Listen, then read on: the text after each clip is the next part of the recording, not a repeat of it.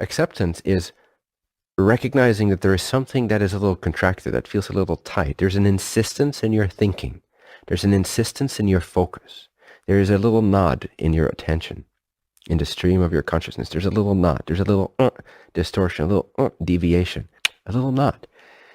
When you relax, first of all, when you recognize it, it's important. Again, know yourself so that you can accept it more fully. So know that this nod, this feeling of resistance is there. And as you are aware of that feeling, that nod, already it starts to release, no? Because when you're in that blind state where you're just like, you don't feel really good, but you're not really taking a pause to acknowledge and be present to the fact that you don't feel optimal, then it's just kind of running the show, and your whole day is this ping-ponging back and forth between different forms of resistance to different kinds of mental, spiritual, emotional, relational objects that occur within the unified dreamscape of awareness. I know those are a lot of words, but just kind of let it come through. Don't try to understand everything I'm saying. Just kind of let it be a transmission, if you will. Just kind of dance and relax on the waves of my words, because they do have a power if you allow them to just massage those knots out of your system. You don't have to understand what I'm saying. There's a transmission quality to those words as well. So when those knots release, through acknowledgement that there is a little tightness, and then an acceptance of that, a forgiveness of that, a loving approach in your awareness towards that tension, it is like you're melting, like this ice cube is kind of like melting back into the ocean, the waterness that it was made of to begin with. So we could say that self-judgment is God in a condensed or a contracted state, like an ice cube. You're just kind of swimming around in the ocean made of salt water. An ice cube made of salt water, made of ocean. Ocean in the form of an ice cube, just kind of bobbing on the surface, feeling like it has this separate, this edge to it, this skin line, this separation. And when we relax, first acknowledge, hey, I feel a little tight. I feel like I'm this little ice cube bobbing under. Something about it feels unnatural. I don't feel quite blended with all that there is. When we acknowledge that contraction, that tightness, and we bring this loving awareness to it, this accepting awareness, it's a relaxation. It's a letting go. It's just a relaxation. That's all acceptance is. Notice the tightness. Forgive it. Relaxation is synonymous with forgiveness. I love the word forgiveness. It's like you're giving up. You're giving away. You're giving back. You're forgiving. You're giving for God. Forgiving. So forgive yourself. Give it back to source. Give it back to the nature of what it consists. Don't tightly hold on to certain components, experiences, emotions inside your dreamscape. Let it be a full dance, a full dreamscape that is this unified field of miraculous illusion, miraculous perception. Like how is this even occurring as an experience? How are you even experiencing this? Out of all the infinite possibilities, why this? How this? We don't notice this often. We're so in our matrix. I'd say roughly half of the year I spent in a more isolated environment or condition, and half of the year, roughly, on and off, not necessarily 6 months, but roughly 6 out of 12 months per year, I spent more time in a more isolated, like sort of away from city life, away from the matrix, the densest part of the matrix. And it's just either me by myself or with a couple people or with the team, which is a different frequency. It's a different kind of consciousness. So it's still kind of not plugged into the matrix, not right there. So, and then half the time I spent time, quote unquote, in the matrix, walking around the city, sitting, the groceries and stuff like that. And the contrast of that going back and forth over the years, it's amazing. I mean, it's miraculous. Just the other day, I was sitting in this little village eating something, and it's hard to describe, but it's like most people have just this complete bubble around them. It's like they're inside of a bubble, and they're oblivious. First of all, they're oblivious to the miracle of I am. They don't recognize, they're not stopping to recognize that they exist. It's just not a topic. Probably months have gone by since they've ever wondered why they even exist, or how come they even exist, or even that they exist. When we don't recognize that we exist and how weirdly miraculous that is, what it is, we're typically just in the bubble, just living the life, just living the program, just bumping around against objects. And that's why there's so little gratitude typically in the human world. There's so little recognition of the magic and the mystery and the unity and the love and the magic and the potential that is so rich in every moment. And people don't recognize this hardly ever, and therefore they're just living in a bubble of concepts, interpretations, gremlin, operational. And they're so conflated with it, like the background paper of a sticker paper that you have to sort of separate. It's a transparent piece of paper attached to a solid white piece of paper, like a sticker. But it's so conflated, you can't really see the difference. Most people can't see the difference. They think they are their thinking process. They believe, they feel, they're enmeshed, they're in a bubble, in a zombie-like state. The Matrix. The Matrix is just your own mind. It's not really out there. It's not being aware. That's what the Matrix is. And automatic pilot, and learning in this state, in this sort of zombified state of the bubble, is very slow and automatic. You don't really learn as much as you would love to learn at a soul level, at a spiritual level, because you're just not attentive enough. You're not appreciative and grateful enough for the fact that you exist, for source, for God, which is what all this is. What else would it be made of? It has to come back down to this one source. It has to. All things has to have emerged, has to have appeared out of an infinite potential. Call it God if you will. Call it the creator, call it source. And right now it's staring you in the face because all there is that.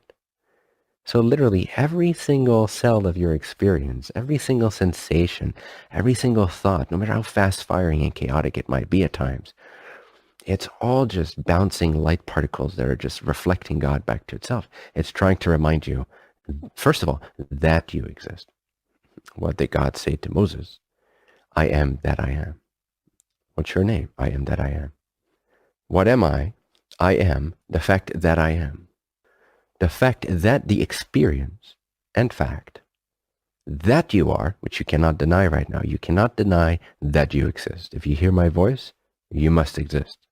Prior to anything, any content, any interpretation, you must be there. You must be here. You must be. So you are, that much is obvious. But the fact or experience that you are is what you are. I am that I am. I am the fact that I am. That's one interpretation of that statement. What I am is the fact that I am. What I am is that I am. So if you can get in touch with, this is a more sort of direct path to starting to experience, intuitively feel the presence of God in your own consciousness, in your own here-ness, is by simply slowing down the mind, just like relaxing the tension of the thinking gremlin, just know, just for a few seconds, just know. Shut up that little gremlin in the backseat. Just know, I have no interest in anything you, dear mind, that I think is me, but is not, have to tell me right now. I'm not interested in myself for just a few seconds. For a few seconds, I'm going to belong to God. Not to myself, to God. Because what's myself? I don't even know what myself is. At this point, it's just this raging, cute, but kind of outdated gremlin. So let me assume that I do not know what I am, that I am conflated, that I am intertwined in ways I do not fully see yet with this program, the substitute parent, this thinking mind, this conceptualizing, labeling mind. So let me say to myself, no, stop it. Say stop to yourself. For the next few seconds, I do not belong to myself. I belong to existence itself, to God. And in that openness, in those few seconds of stopping the mind, or at least stopping any interest in your thinking sense of self, in that openness, suddenly a space opens up, a deeper dimension of naked awareness becomes aware of its own isness, its own existing. I am that I am. Suddenly you know that you are. And that is God. God said, I am that I am. This means God is accessible because you are aware of my voice. Therefore you must be, and you can recognize that you are. And the more you allow your attention to submerge back in, allow the ice cube to melt back into the waterness, the oceanness, the essential recognition of I am, of I exist. Experientially, just recognize it. Don't think it.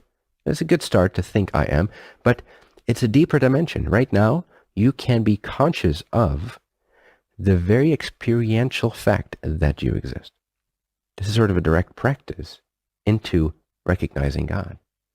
And this will, over time, unleash more and more. It will open your heart, the gates to love. It's here right now. It's hearing my voice. It's what's speaking to you, and it's what's hearing the words. It shines through all the definitions of your mind, regardless of whether you like this or not like this. It is there, vividly, self-illuminated, illuminated by its own nature, by its own power of sentience, of cognizance, of knowing. And so allow yourself to be enlightened from the inside out by saying no for a few seconds, a couple times an hour. Just say radically no. Not interested in anything I have to say to myself right now. Then you will see you are not what you think you are. Then this deeper domain of God will open up, and then the little gremlin will simply be accepted to death. God will love your gremlin to death. You don't have to fight it. You just have to open up to God's love. Because then it's like holding a candle flame in front of the sun. Right now you think you are smart and intelligent and you know things. That's the little candle flame. It's a little gremlin that's protected you for so long. There's a little spark of light of I know who I am. But it's really the arrogance that you've been training yourself to believe in. And when you suddenly turn away, turn the other cheek, turn away from this little candlelight, as hard as that might be in the beginning because you're so attached to this little source of light, this little control mechanism of I know who I am and what is real and what's not real and what's true and what's not true. But if you dare for just a few seconds to say no, I'm not interested in the light of the ego. I'm not interested in the shenanigans of my thinking self, of what I think I know. I am done for the next few seconds. I'm done with arrogance. I do not know. And you turn your gaze towards the I am that I am, the presence, the sun, the light of the sun. You'll be laughing at the flame like the sun does. It does not compute. It does not compete. It does not compare. And so by knowing God, you don't have to worry about your gremlin. It will naturally dissolve. It will naturally surrender. The only reason you're holding on to your candle with that little light source is because it's the only light source you know consciously. If you begin to know a much greater, vaster, infinite, eternal light source consciously, then you will naturally shift your investment and allegiance and interest from the thinking self to the timeless presence of the Creator. And therefore you will become the Creator once again, which you never really left, but you created some layers of illusion. You were staring blindly at this little spot of light of what you know. God's in the unknown, my friends. It's in the infinite mystery. As Ra says, it all begins and ends in mystery. No teaching can compete with the Alpha and the Omega of the mystery of God. It is a timeless, infinite mystery. It can never fully be known. It can be